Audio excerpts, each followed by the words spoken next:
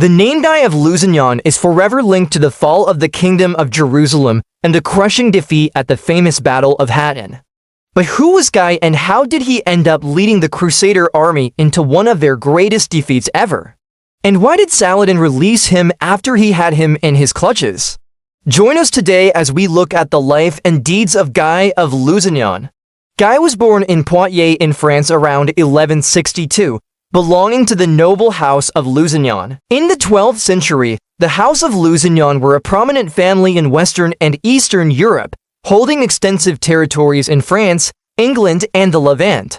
His father was Amalric, Count of Luxembourg, and his mother was Marie de Courtenay, the daughter of the King of France.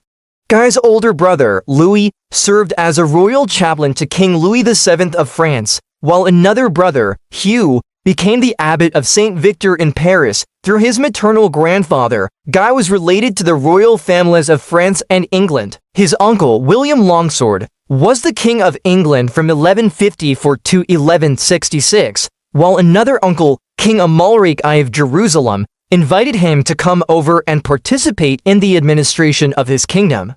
In 1163, when Guy was just 1 year old, his father died and his mother remarried.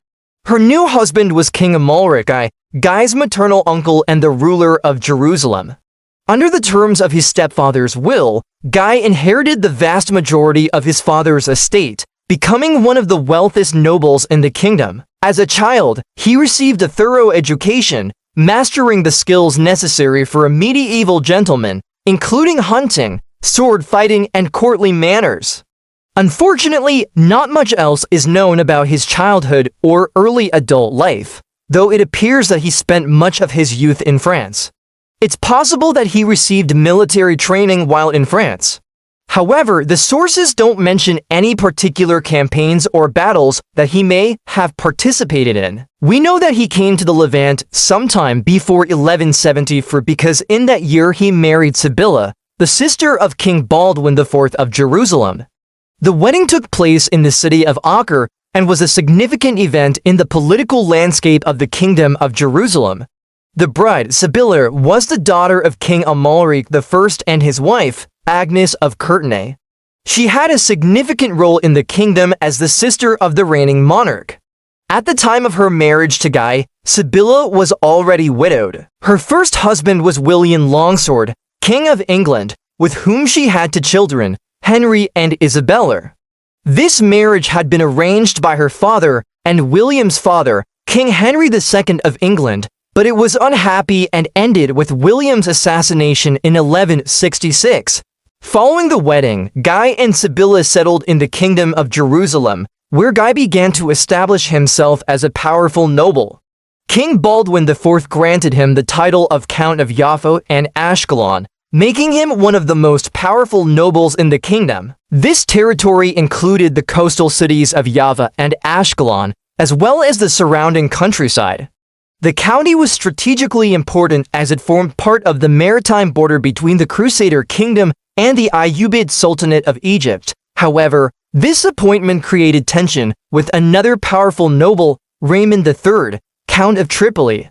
Tensions between Guy and Raymond were likely due to a combination of factors. Firstly, both nobles held significant territories and wielded considerable power within the kingdom, leading to competition for influence. Secondly, the arrangement of Guy's marriage to Sibylla might have contributed to the rivalry.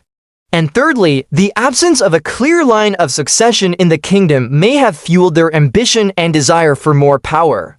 Despite these tensions, Guy's position as Count of Jaffa and Ashkelon brought him wealth and prestige. His new lands were fertile and prosperous, providing him with ample resources to build a strong power base. He could also draw upon the loyalty of the local populace, which had a mixture of Christian, Muslim, and Jewish inhabitants. Meanwhile, King Baldwin IV fell gravely ill and knew that his end was near. He summoned Guy and Raymond and dictated the order of succession for his nephew, Baldwin, who was only 11 years old. He appointed Guy as regent during Baldwin's minority and stipulated that Raymond should marry Baldwin's sister, Princess Isabel, after the young king came of age. But once King Baldwin IV died in 1174, the situation took a drastic turn. As the designated regent, Guy assumed control of the kingdom and took the title of regent, though he had no previous experience in ruling or commanding armies. While he initially respected his nominal superior, Baldwin, the young king, the situation soon changed. Guy's rivalry with Raymond overshadowed his duty to protect the kingdom. He wanted to become king in his own right and refused to acknowledge Baldwin's authority. Instead, Guy sought to limit Baldwin's power by controlling the royal court, administration, and finances. Furthermore, he continued to expand his personal territory by seizing strategic locations like the city of Tyre. In response to Guy's actions, many barons, military leaders, and church officials opposed him. The Archbishop of Tyre excommunicated him in 1176 for illegally seizing property and refusing to restore it. Additionally, Guy faced resistance from Muslims in his border territories, particularly in the city of Ashkelon. These conflicts distracted from the real danger, the growing threat posed by Saladin, who had united Muslim forces in northern Egypt and Syria under his banner.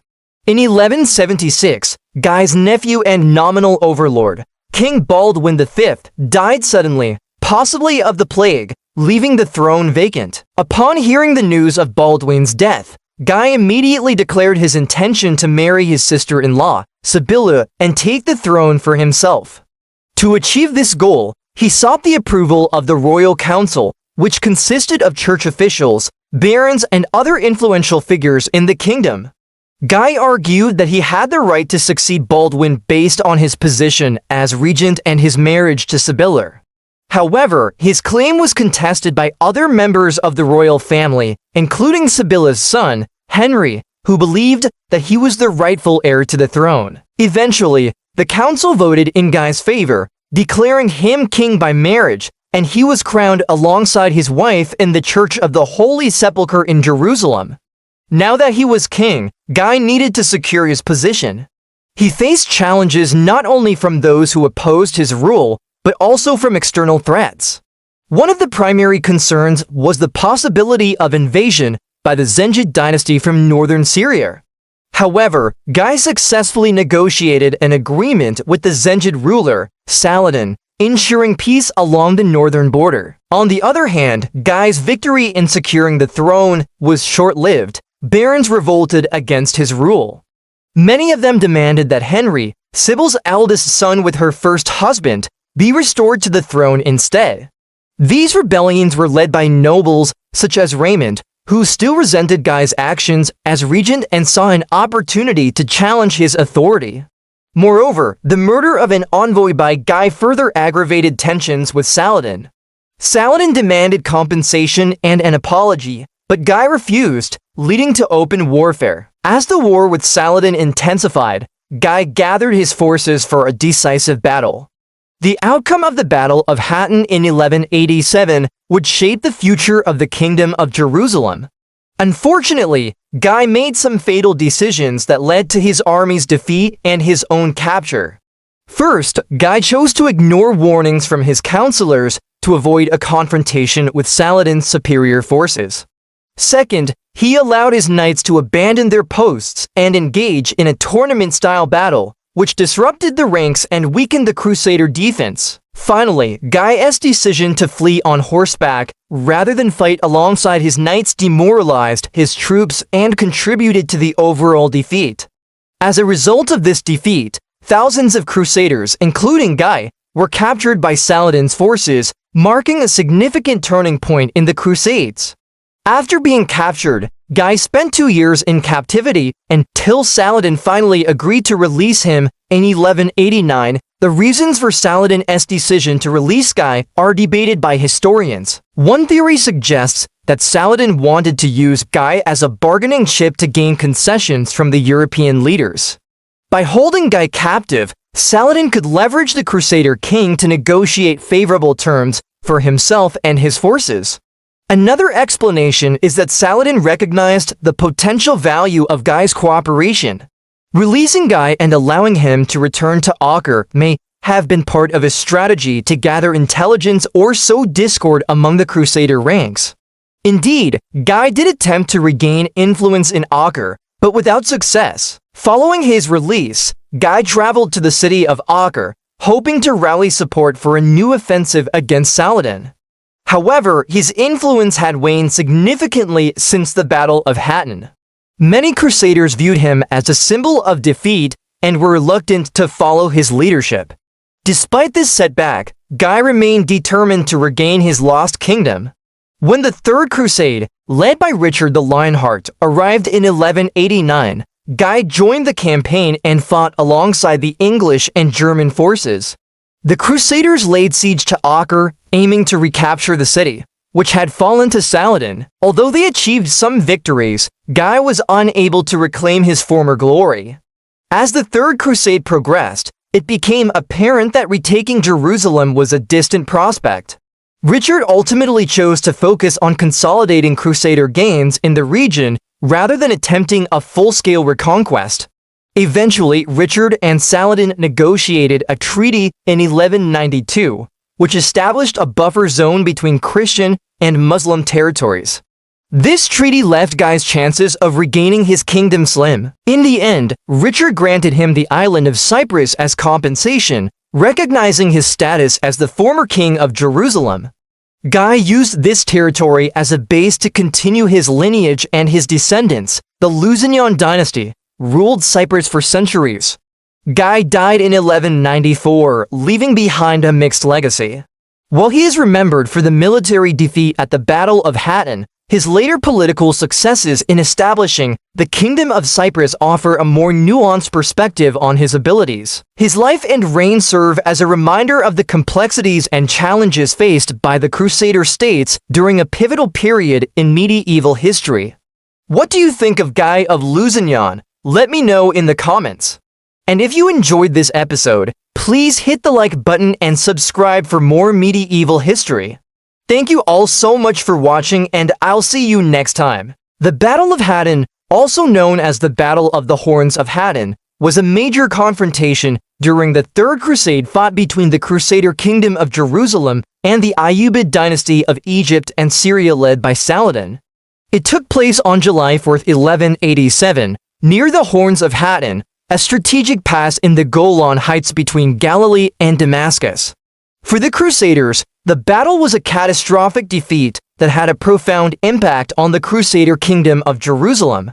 And for King Guy of Lusignan, it was a disastrous outcome that significantly affected his rule and authority over the kingdom. When Guy of Lusignan became king of Jerusalem in 1183, he inherited a kingdom that was already on the brink of collapse. Internal divisions and distrust among the nobles, especially from Raymond III of Tripoli, who was one of the most prominent and powerful nobles in the kingdom, characterized the political landscape. Raymond was skeptical of Guy's abilities as a military leader and openly criticized his policies, accusing him of recklessness and irresponsibility. This tension set the stage for the events leading up to the battle. Guy of Lusignan's decision to confront Saladin's forces at Hattin was a critical error that had devastating consequences. But it's important to remember that Guy was already facing immense challenges before this battle due to internal divisions and opposition within his own kingdom. The nobility's lack of trust in his leadership created a significant obstacle for Guy, limiting his ability to effectively govern and defend the kingdom. This situation was further complicated by external threats posed by the likes of Saladin. As a result, Guy found himself in a precarious position where he had to contend with both internal opposition and external threats, making it difficult to secure the resources and support necessary to effectively address the challenges he faced. The lead-up to the battle saw mounting tensions and growing mistrust between Guy and Raymond III of Tripoli. Raymond's opposition to Guy's policies and his skepticism towards the king's leadership were well known and created a climate of uncertainty and division within the kingdom. Guy's decision to confront Saladin, despite these internal divisions, exacerbated the situation, driving a wedge between him and the nobility. As the Crusader army marched towards Hattin, the lack of unity and the simmering tensions between Guy and Raymond cast a shadow over the campaign, foreshadowing the challenges that lay ahead. Adding to the complexity of the situation, Saladin's military prowess and strategic acumen further complicated matters for Guy. Saladin was a brilliant tactician and commander, and his victories against the Crusaders prior to Hattin had already established his reputation as a formidable opponent. Guy, on the other hand, lacked military experience, and his inexperience was evident in the decisions he made leading up to the battle. This disparity in military skills between the two leaders contributed to the growing divide between them and made it difficult for Guy to effectively counter Saladin's advances. As the Crusader army moved towards Hattin, the specter of Saladin loomed large over their movements. The memory of Saladin's previous victories served as a constant reminder of the threat they faced, adding to the sense of urgency and pressure on Guy. The impending clash with Saladin's forces heightened the existing tensions within the kingdom, making it increasingly difficult for Guy to maintain control and unity among his troops and nobility. In this context, the lead-up to the Battle of Hattin was a period of growing tension, mistrust, and uncertainty for Guy of Lusignan. The internal divisions within the kingdom, the external threat posed by Saladin, and the strategic challenges of the campaign all contributed to a volatile situation that would ultimately culminate in the disastrous battle. During the battle, Guy's troops were poorly equipped and unprepared, and his strategy lacked clarity and coordination. He failed to recognize the strategic advantages held by his opponents, leading to a series of missteps that compromised the Crusader forces' effectiveness. Despite having some initial successes, the Crusader army's overall performance was lackluster and disorganized. Several factors contributed to the poor performance of Guy's troops at the Battle of Hattin. Firstly, the Crusaders were exhausted and dehydrated due to the harsh conditions they endured during their march to Hattin. They had been without water for several days, and this lack of hydration significantly impacted their physical endurance and stamina. Additionally, the Crusaders were ill-equipped for the battle. Their armor and weapons were inadequate, and many of them lacked proper training and experience in warfare. This lack of preparedness left them vulnerable and ill-equipped to face the well-trained and disciplined Ayyubid army. Furthermore, Guy's strategic decisions played a crucial role in the battle's outcome.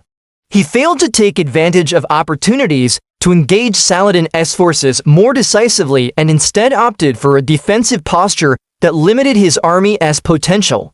His lack of a clear strategic vision and his inability to inspire confidence in his troops contributed to the overall lack of effectiveness displayed by the Crusader forces. As the battle progressed, the disadvantages faced by Guy's troops became increasingly apparent.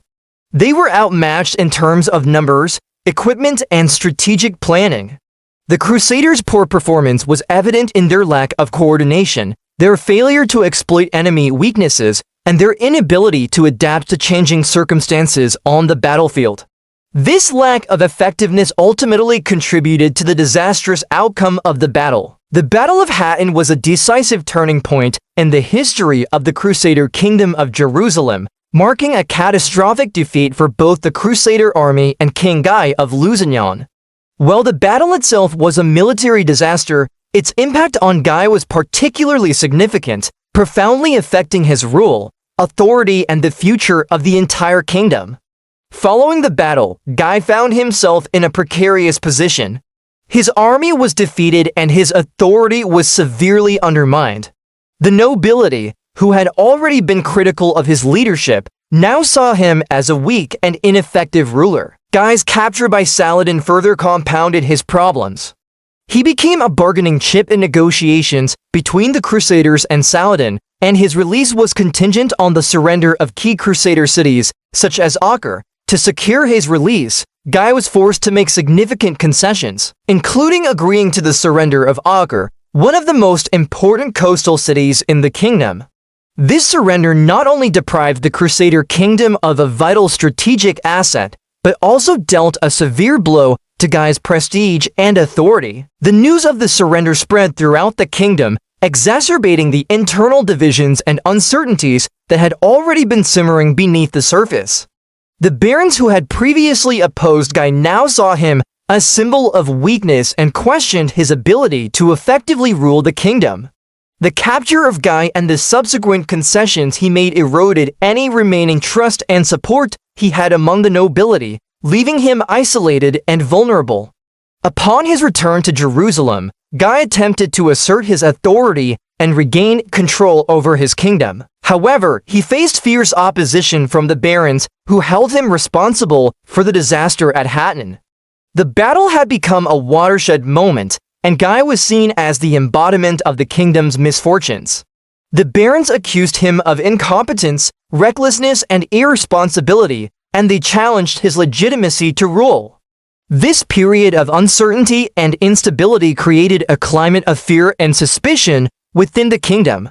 The nobility was divided, and there was a growing sense of disillusionment and despair among the population. Guy found himself trapped in a web of political intrigue and betrayal as he struggled to retain his power and protect his realm. The capture of Guy of Lusignan at the Battle of Hattin not only resulted in a devastating military defeat for the Crusaders, but also marked a significant turning point in his personal and political fortunes. It was a moment that shattered his authority, tarnished his reputation, and left an indelible mark on the Crusader Kingdom of Jerusalem. Guy's capture turned him from a beleaguered, but still recognized king to a figure of scorn and ridicule. His image was forever tarnished by the events of that day, and he became synonymous with the kingdom's decline and eventual fall. The stigma of Hattin followed him throughout his reign, and he was constantly reminded of his defeat and humiliation. Despite these challenges, Guy did manage to regain some influence and authority after the events at Hattin. During the Third Crusade, Richard the Lionheart, a renowned Crusader warrior, led an English and French campaign to recapture Jerusalem. Richard's military prowess and charisma brought renewed hope to the Crusader cause, and he played a pivotal role in restoring the kingdom's fortunes. However, despite Richard's intervention, Guy's legitimacy as king remained in question. There were still doubts and reservations among the nobility regarding his ability to effectively rule. The memory of Hattin lingered, and many continued to hold him accountable for the kingdom's woes. In the aftermath of Hattin, Guy of Lusignan faced a long and arduous journey to restore his reputation and regain the trust of his people. But the scars of that battle ran deep, and he was forever marked by the events that transpired at the Horns of Hattin. The capture of Guy of Lusignan at the Battle of Hattin was a pivotal moment in the history of the Crusader Kingdom of Jerusalem. It not only resulted in a humiliating defeat for the Crusaders, but also fundamentally altered the course of Guy's reign. His capture turned him from a controversial but still respected king to a figure of scorn and ridicule. The stigma of Hattin followed him throughout his life, and he was constantly reminded of his defeat and humiliation. In the end, Guy could never escape the shadow of Hattin, and his name became synonymous with the fall of Jerusalem. Thank you for watching. Guy of Lusignan was the king of Jerusalem when the city was captured by Saladin in 1187. In fact, Guy was the man responsible for Jerusalem becoming a kingdom in the first place. However, when Saladin took the city, Guy went from powerful monarch to refugee in a matter of weeks. And while he didn't actually lose any territory outside of Jerusalem, Saladin forced Guy to flee, making him out of place in his own kingdom. But even though he no longer had a capital city or a secure hold over his possessions, Guy refused to give up and instead waited patiently for his opportunity to strike back. And when it came, he was ready. This is the story of Guy of Lusignan, the forgotten crusader. The year was 1183, and Guy of Lusignan was only in charge of a small portion of the Kingdom of Jerusalem along the coast. But when the king, Baldwin IV, died without an heir, Guy was called to take the throne. That might sound like I'm mispronouncing Guy de Lusignan, but I'm not. It's just that no one could pronounce Balian, so they called him Baldwin. Guy was actually related to the ruling family, making him the most suitable candidate to replace Baldwin IV, but his coronation didn't come without some controversy.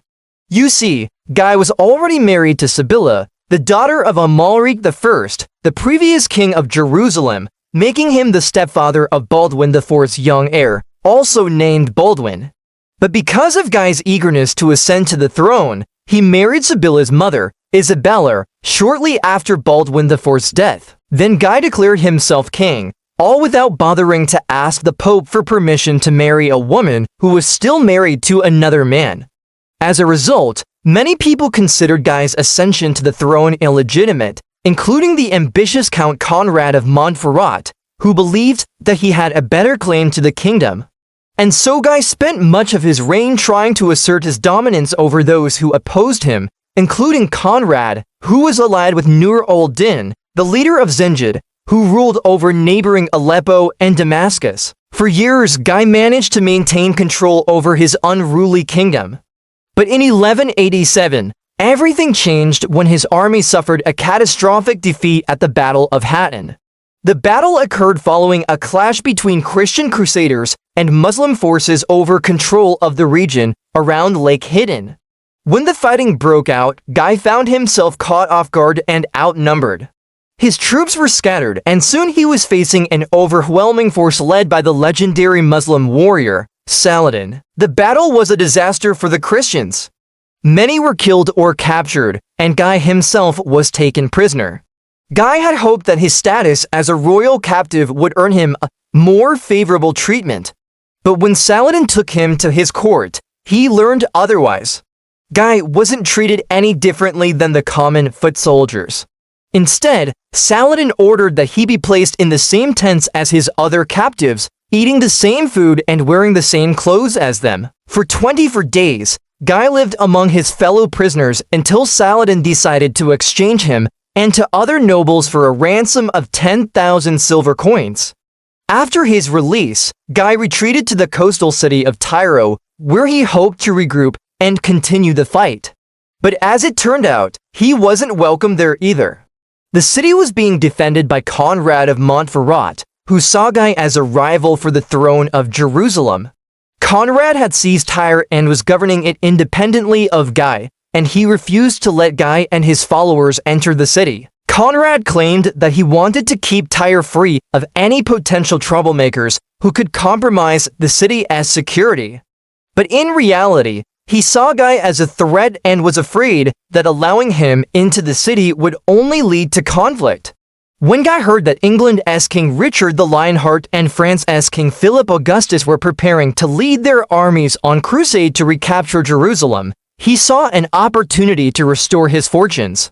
He set out to meet the incoming monarchs and convince them to support him in regaining the throne. However, before he could do so, he needed to get out of Tyre, so he left his wife behind and headed south to Acre, a strategic port city that had been captured by Saladin after the Battle of Hattin. At the time, Acre was the most important objective for the Crusaders because it was the closest major city to Jerusalem that had not yet fallen into Muslim hands. And since it was situated on the Mediterranean coast, it was an essential hub for receiving supplies and reinforcements from Europe. The Crusaders knew that recapturing Acre would be a formidable task, but they also understood its strategic significance. So when Guy showed up at the besieged city with his followers and asked to join the coming crusade, Richard and Philip Augustus were happy to have him. Even though Guy's military capabilities were questionable at best, Richard recognized the value of having a local leader on his side. By acknowledging Guy as the rightful king of Jerusalem, Richard hoped to gain the support of any nobles or commoners who were still loyal to Guy and opposed Conrad. But as the siege of Acre progressed, it became clear that Guy's influence was limited. The city's defenders, led by Conrad, put up a fierce resistance, relying on the strong fortifications that surrounded the city walls. Despite the Crusaders' numerical superiority, they struggled to make any significant progress in the siege. It wasn't until Richard employed a new tactic, building a road parallel to the city walls and bombarding the defenders with catapults and other siege engines, that the Crusaders started to gain the upper hand. Still, it was a long and bloody process. During the siege, Guy distinguished himself as a brave and tenacious fighter, often leading attacks against the Muslim forces that tried to relieve the siege. He was present at the capture of the city when it finally fell in July of 1191, but his role in the overall victory was less significant than the military achievements of Richard and the other European leaders. Once Acre fell, the Crusaders celebrated their victory, but they soon faced a new challenge, deciding what to do next. Richard wanted to march onto Jerusalem immediately, but many of the other leaders, including Philip Augustus, argued that they needed to regroup and gather more supplies. They suggested that they should settle in Acre and establish a stable base from which they could launch further attacks. Richard eventually agreed to this plan, but he never really embraced it fully. He continued to plan for a direct march on Jerusalem, and he kept moving south, leaving the bulk of the army in Acre. As Richard advanced toward Jerusalem, Guy remained in Acre, unable to contribute significantly to the campaign. Meanwhile, Conrad, who had initially welcomed Guy as a fellow Christian ruler, grew increasingly wary of him. He suspected that Guy was only pretending to be a loyal ally and was secretly plotting to seize Jerusalem for himself. This tension culminated in a dramatic confrontation during a council meeting in Acre, where the two leaders publicly accused each other of treachery and deceit. After the argument, Guy left Acre and traveled to Jaffa, hoping to raise funds and recruit troops there. However, he didn't stay there for long. In November of 1191, he received news that Richard had captured Jaffa and was advancing on Jerusalem. Guy hurried to meet Richard, hoping to be involved in the final assault on the city, but once again, he played a minor role. When the Crusaders entered Jerusalem on Christmas Day of 1192, it was under the banner of Richard the Lionheart, not under Guy's. Following the recapture of Jerusalem, the Crusaders began to dismantle their military apparatus and prepare for their departure. The city had been recaptured, but its inhabitants were predominantly Muslim, and the Crusaders had no intention of staying to rule over a hostile population. Furthermore, they were eager to return home and boast about their victories. But the departing Crusaders left behind a gift for Guy, the city of Limassol in Cyprus. The Crusaders had conquered Cyprus during their campaign, but they didn't want to rule over it. So they offered it to Guy as compensation for losing Jerusalem. By then, Conrad had made it clear that he had no intention of sharing power with Guy. Guy reluctantly accepted the offer and became the first king of the Kingdom of Cyprus. It was a bittersweet moment for Guy, who had once dreamed of ruling over all of Jerusalem. Now he was content with a tiny island kingdom. To make matters worse, Conrad died in 1192, and Guy's rival for the throne of Jerusalem, Henry of Champagne, was crowned king. Guy lived for another 16 years, but he never regained the Kingdom of Jerusalem. He died in 1205 and was buried in the Church of the Holy Sepulchre in Jerusalem. His legacy, however, lived on in the Kingdom of Cyprus, which became a prosperous trading center in the eastern Mediterranean. Guy of Lusignan's story is a tragic one. He was a valiant warrior and a determined leader, but he was ultimately undone by his own ambition and the machinations of his rivals. His loss of Jerusalem was a devastating blow to the Crusader cause, but his resilience in the face of adversity serves as an inspiration to this day. Richard the Lionheart is a legendary medieval warrior famed for his bravery and skill in battle. But outside of his military exploits, he was also a shrewd politician. And today, we're going to look at how he took advantage of his enemies' mistakes to take control of an entire island. In 1187, everything changed. Saladin, the great Muslim leader, won a decisive victory at the Battle of Hattin against the Crusader Kingdom of Jerusalem. And in the aftermath, the city of Jerusalem fell and King Guy of Lusignan was captured. Many Crusader nobles perished in the fighting or were taken prisoner. Those who remained free fled to the coastal city of Jaffa, where they established a new capital. This greatly reduced the size of the kingdom, but more importantly, deprived the king of his revenue sources. Guy's authority was severely limited and his inability to protect his people deeply affected him. This led to disloyalty within the kingdom and resentment against Guy among the nobility. In addition to the loss of territory and prestige, the capture of Jerusalem led to a diplomatic crisis. Europe's leading kings and queens were furious about Guy's failure. They questioned his ability to lead and demanded reforms. The demands included holding royal court in Acre instead of Jaffa, granting amnesty to revolting subjects, and restoring confiscated church property. These reforms were necessary to rebuild the kingdom, but they went beyond simple territorial reorganization. They aimed to address the root causes of unrest and division. However, despite their symbolic value, these measures were insufficient to solve the problem. But while the Crusaders were dealing with the aftermath of the fall of Jerusalem, the Kingdom of Cyprus, which was not directly affected by the conflict, presented itself as a solution to this complex problem. The island was located strategically in the eastern Mediterranean, controlling important trade routes between Europe, Asia, and Africa. It was seen as a critical point of passage for any military campaign in the Holy Land, but the Crusaders didn't control the island. At that time, it was ruled by Isaac Komnenos, a Byzantine general who had declared himself the independent emperor of Cyprus. His claim of imperial status was disputed by the Byzantine emperor, but it was recognized by the Venetians. The situation of Cyprus under Isaac's rule was far from ideal. Although he had initially been well regarded, his policies of heavy taxation and oppression quickly made him unpopular with the local population. As he continued to exploit the island, his relationship with the Latin Church deteriorated. Tensions escalated when he prohibited pilgrims from entering the Holy Land via Cyprus unless they paid a special tax. This decision caused outrage among European Christians who felt it was unacceptable to hinder access to holy sites.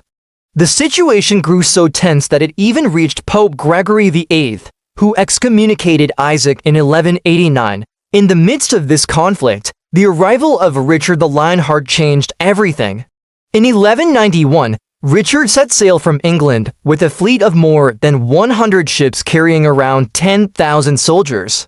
Their destination was the Holy Land in what would become known as the Third Crusade. But when a violent storm hit the coast of Cyprus, part of his fleet was scattered, leaving Richard and his men stranded on the island.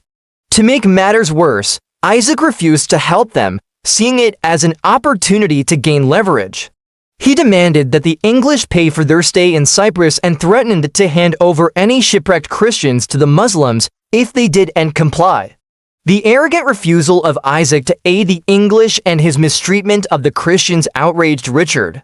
Faced with this situation, Richard decided to act decisively. With the support of the local church, which was eager to end Isaac's rule, he assembled an army and launched an attack. Despite being outnumbered, Richard's forces achieved a quick victory. The English cavalry, supported by mounted archers, surprised Isaac's infantry. Richard himself fought valiantly, exemplifying the virtues of chivalry and courtesy towards his enemies. After defeating Isaac's army, Richard turned his attention to the siege of Limassol, one of the main ports controlled by Isaac's navy. From here, Isaac commanded his fleet and harassed the English. The siege was tough, but Richard was relentless and eventually forced the city's surrender. When Isaac learned of Limassol's fall, he realized he couldn't resist Richard, so he offered to negotiate. He tried to buy peace with large sums of money, but Richard wasn't interested in deals. He demanded the unconditional surrender of all of Isaac's castles. Isaac, desperate to end the conflict, accepted these harsh terms. In the final agreement, Richard granted him the title of king and allowed him to keep his fortune, granting him noble treatment as a defeated enemy. The victorious English seized several Byzantine ships, weakening Isaac's navy and leaving him without effective control of the sea. Richard used this naval superiority to ensure that Isaac respected the treaty, sending a small fleet to prevent any possible rebellion. Richard demonstrated magnanimity in victory, refraining from inflicting further damage on the island and showing respect for the people of Cyprus. After settling the conflict with Isaac, Richard prepared to leave Cyprus and continue his crusade to retake Jerusalem. But before departing, he made a surprising decision regarding the island's future. Instead of incorporating it into his Crusader kingdom or returning it to Byzantium, he chose to sell it. This decision may seem odd, but it was based on Richard's vision for his crusade and his awareness of the political dynamics of the region. For Richard, the primary objective of his crusade was to regain control of Jerusalem and the surrounding areas. He believed that ruling over distant territories like Cyprus would be a distraction from this goal and could potentially weaken his efforts. Additionally, Richard likely recognized the logistical challenges of effectively governing Cyprus while focusing on military campaigns in the Holy Land. Maintaining control over the island from afar would require significant resources and personnel, which could strain his forces. By selling the island, he could obtain immediate resources to strengthen his position in the Holy Land. These resources could be used to build fortifications, recruit soldiers, or establish alliances, enhancing Richard's military capabilities in his crusade to recapture Jerusalem. Furthermore, the sale of Cyprus allowed Richard to avoid potential conflicts with Byzantium. Retaining control over the island could have strained relations with the Byzantine Empire, which Richard sought to maintain for broader political reasons. Selling it to a Crusader leader ensured that the island would remain in Christian hands while avoiding direct confrontation with Byzantium. One of the primary candidates for purchasing Cyprus was Conrad of Montferrat, who had recently been crowned King of Jerusalem after defeating his cousin, King Baldwin, in a civil war. The acquisition of Cyprus would expand Conrad's territory and provide him with a valuable asset in his struggle to maintain control over the Crusader kingdom. Richard also considered giving the island to his brother, King John, who had arrived in Acre with reinforcements. However, he ultimately decided that Cyprus would be more valuable as a bargaining chip in negotiations with Conrad. By offering Cyprus to Conrad, Richard could potentially secure his support in the ongoing conflict with Saladin. This alliance would be beneficial for both parties as Conrad would gain a significant asset and Richard would have a powerful ally in the crusade to recapture Jerusalem. However, amidst these political calculations, there was a personal element to consider.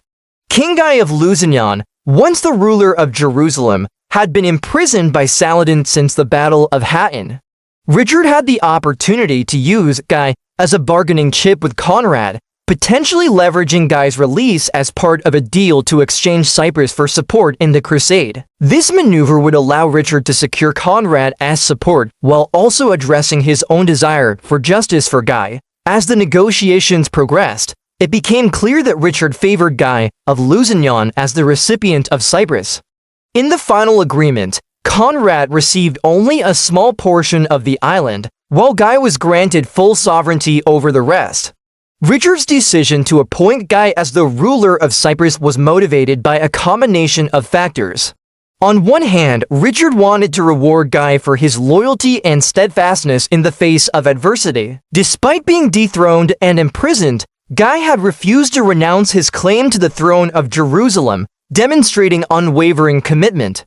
Richard recognized this loyalty and sought to honor it by providing Guy with a new kingdom. Moreover, Richard likely viewed the establishment of the Kingdom of Cyprus as a way to compensate Guy for the loss of his former kingdom. By granting him control over an independent and prosperous island, Richard aimed to ensure that Guy's family would continue to hold a prominent position in the Crusader world. Additionally, Richard probably recognized the strategic importance of having a close allied control of Cyprus. As mentioned earlier, the island held significant strategic value due to its location in the eastern Mediterranean.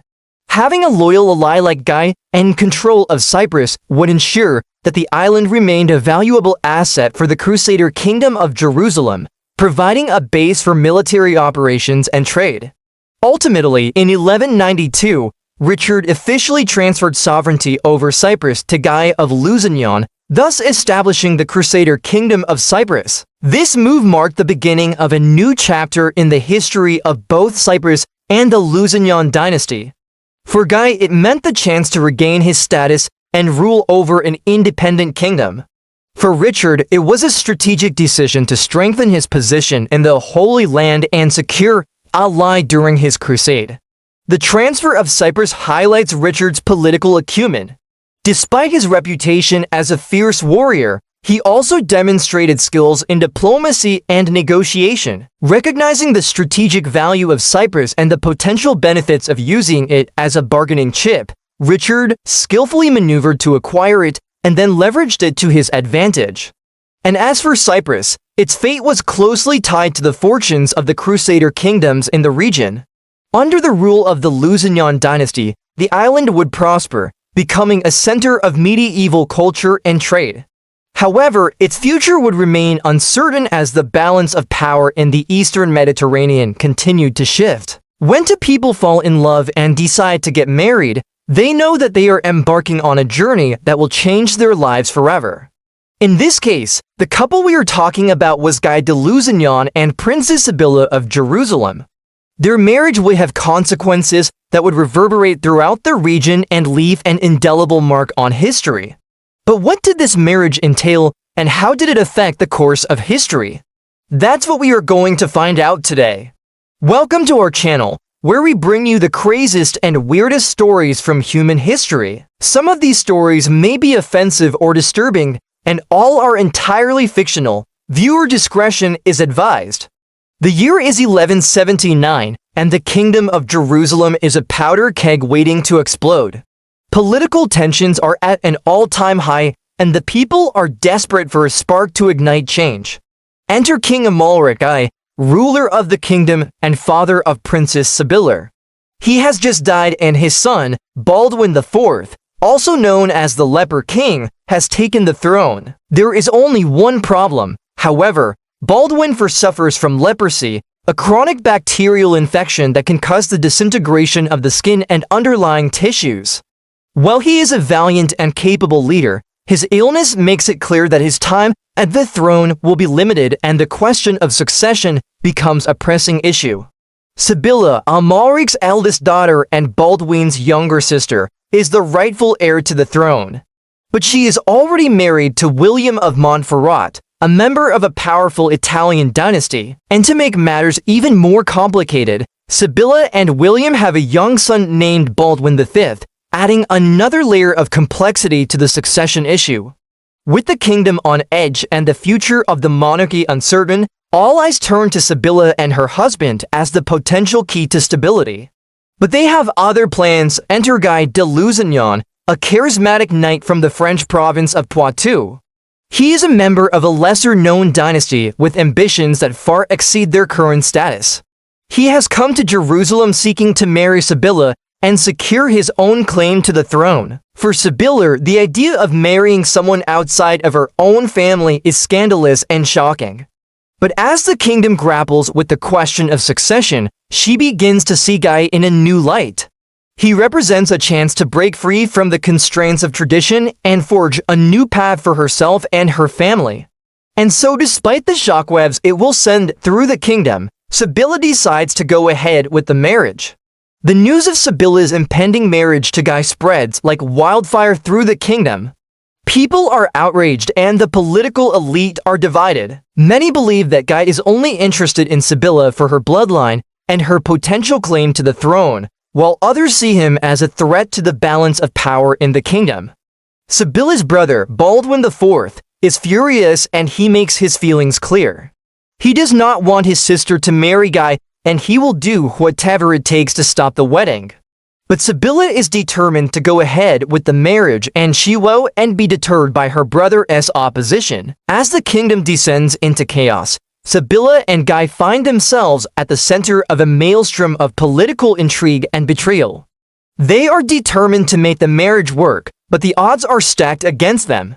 The road to the altar is fraught with peril, and they must navigate a minefield of political landmines to make it to the finish line. But despite the obstacles in their way, Sibylla and Guy are committed to each other, and they are willing to fight for their love. As the wedding day approaches, tensions rise and tempers flare. Will they be able to make it to the altar, or will the kingdom's opposition tear them apart? What will happen to the Kingdom of Jerusalem when the dust settles? Will it survive the turmoil, or will it be broken beyond repair? It's time for the wedding and everyone in the kingdom is on edge. The ceremony is a tense affair with the political elite watching every move Sibylla and Guy make. No one is sure what will happen next, but one thing is clear, nothing will ever be the same again. But despite the tension, the wedding goes off without a hitch and Sibylla and Guy are officially man and wife. The kingdom erupts in cheers and the couple is finally able to take a moment to savor their love, but their joy is short-lived. The political turmoil that has been brewing beneath the surface explodes into violence and the kingdom is plunged into chaos. Sibylla and Guy find themselves at the center of a maelstrom of violence and they must flee for their lives. They are forced to abandon their home and everything they know and love and they become refugees in their own kingdom.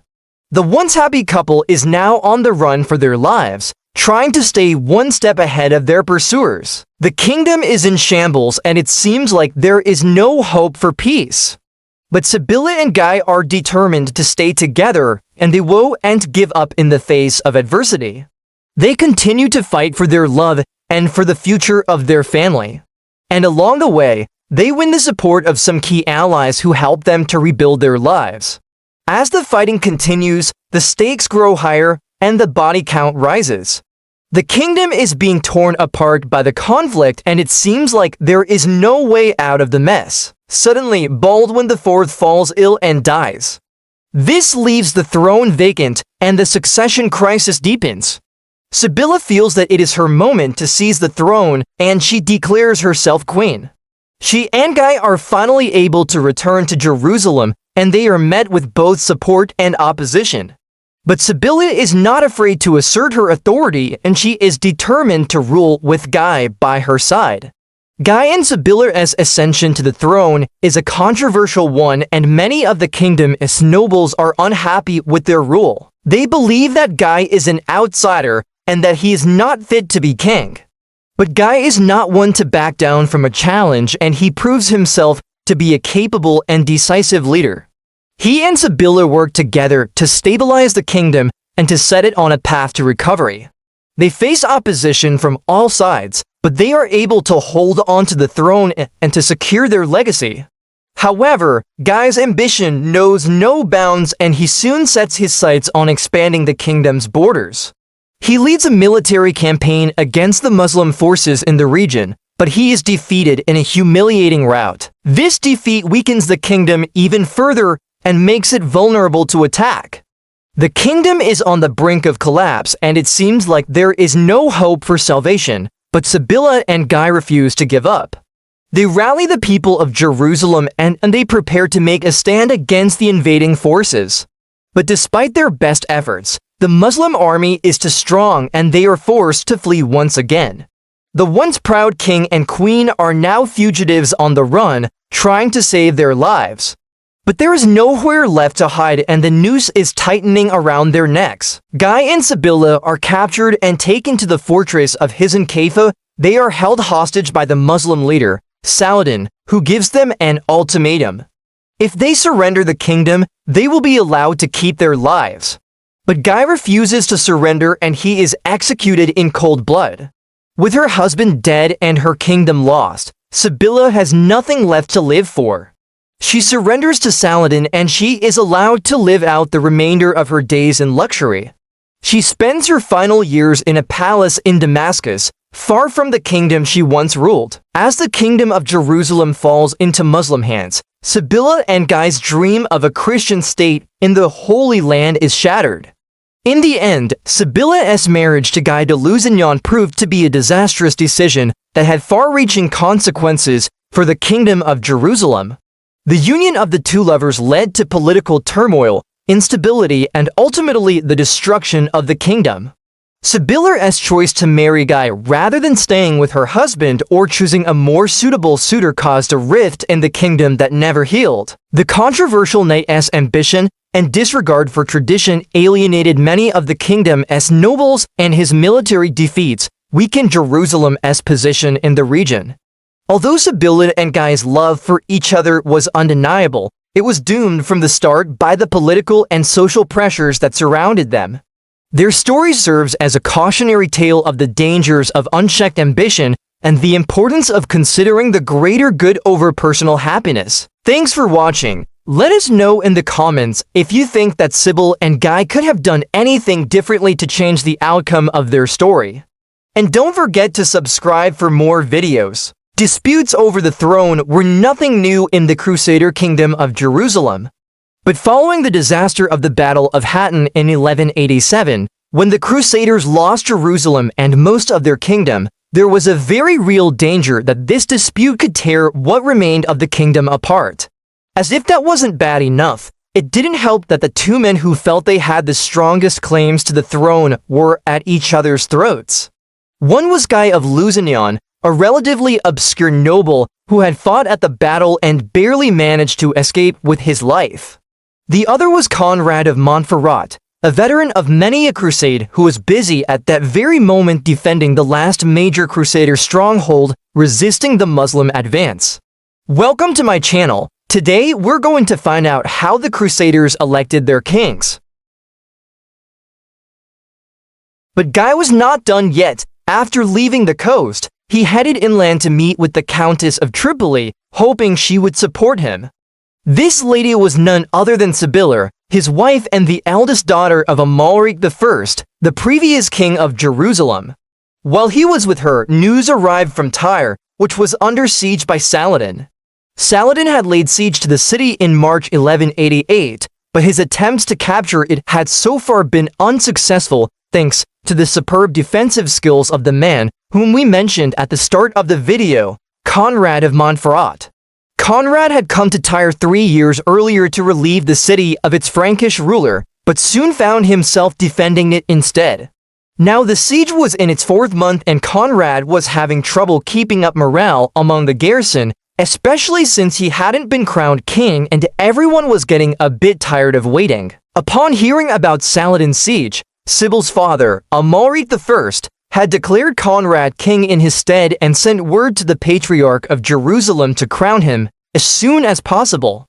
But Conrad had refused, insisting that he would not accept the crown until the siege was lifted. It wasn't just because he was worried that a coronation might hurt morale. He also knew that his claim to the throne was weak at best. You see, when the kingdom was in crisis, the leading nobles gathered at a meeting in 1170 to elect Amalric I as king. The problem was that they had also stipulated that if he died without a male heir, the kingdom was to be divided into 3 parts, one for each of his daughters. This meant that Conrad had no right to the throne unless, of course, he married one of the princesses and became her consort. Technically, that was exactly what he was doing. But everyone knew that he had no intention of accepting a position that would make him little more than a glorified duke. Still, Conrad needed support and fast. With the siege dragging on, he decided to visit Sibylla and her husband in Tripoli. There he learned that they were planning on leaving for Cyprus to rally support for Guy. Although Conrad had sworn an oath to protect the princess, he had no intention of letting them leave. When he confronted them, Guy accused him of plotting to usurp the throne by taking the princesses to Cyprus. And so the two former allies turned against each other. And as they argued, the Crusaders' last chance to save Jerusalem slipped through their fingers. After failing to resolve their differences, Guy and Sibylla left for Cyprus, where King Amalric II received them with open arms. It wasn't just because he liked his brother's daughter. The truth was that the king suspected that Conrad was only pretending to defend Tyre, so he was quite happy to get the couple on board. Meanwhile, Conrad returned to Tyre to face the music. Sure enough, the moment he arrived, the assembly of barons declared Guy the rightful king and marched to meet him. A civil war was imminent. Fortunately, it never happened. In August 1188, Conrad and Guy met near Caesarea Maritima to discuss terms. During the talks, the barons offered Conrad the lordship of Java and some villages along the coast in exchange for his recognition of Guy as king. Although Conrad couldn't resist the temptation to take more territory, he accepted the offer and joined Guy's court. In reality, the two men were now ruling the kingdom together. But no one dared ask why they were fighting each other's cause. For the next 2 years, Conrad and Guy ruled as co-regents, while the Christian princes prepared a massive crusade to retake Jerusalem. To their great frustration, it took them almost a full year to arrive. And when they did, in July 1189, both Guy and Conrad were gone. You see, Richard the Lionheart had come to rescue the Holy Land, but he quickly discovered that his services were no longer required. You see, Guy had died in July 1189, supposedly of a sudden illness, although many people believed he was poisoned by his former ally. This meant that Sibylla's daughters were once again in line to inherit the throne. But there was a problem. The eldest, Mary, was betrothed to the King of France, while the youngest, Isabella, had already been promised to the Margrave of Montferrat. Not surprisingly, both France and Montferrat had supported Conrad during the dispute with Guy, and both were eager to see the deal honored. In the end, it was Philip Augustus who prevailed, and the young Isabella was hurried off to Montferrat to marry Conrad. Now, before anyone starts thinking that this is a fairy tale ending, let us tell you that it isn't. You see, shortly after the wedding, the Marquisate and the Kingdom of Jerusalem started fighting once more. This time over the control of Acre. The situation got so bad that the Latin Patriarch of Jerusalem excommunicated Conrad, and he was forced to flee to Venice in disguise. Only when Richard the Lionheart came to conquer Jerusalem did the two men reconcile. When Richard came to the Holy Land, he found both Conrad and Philip Augustus quarreling over the kingdom. Realizing that he needed their cooperation to succeed, he summoned them to his headquarters at Jaffa to lay down terms. Now, this is where things get complicated. See, Richard wanted to play both sides against each other. At first, he offered the kingdom to Conrad, who had the support of Philip. But when Conrad refused to pay homage to him, Richard switched sides and recognized Philip's claim instead. This, of course, caused a massive diplomatic crisis, but Richard had an ace up his sleeve. You see, while in Jaffa, Philip had tried to pressure the barons to swear fealty to him. They refused, claiming that they would only recognize Conrad as king. This meant that Richard had the support of the royal couple, but not of the nobles. So he decided to change sides once more, recognizing Conrad as the true king of Jerusalem. Again, the barons were happy, but this time the rest of Europe was not.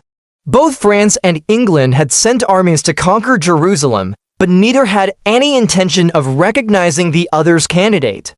In fact, Richard's decision split the Third Crusade into two separate campaigns. As tensions grew, Richard began planning his invasion of Jerusalem, while Philip built fortifications around Jaffa and Acre, but fate intervened once more.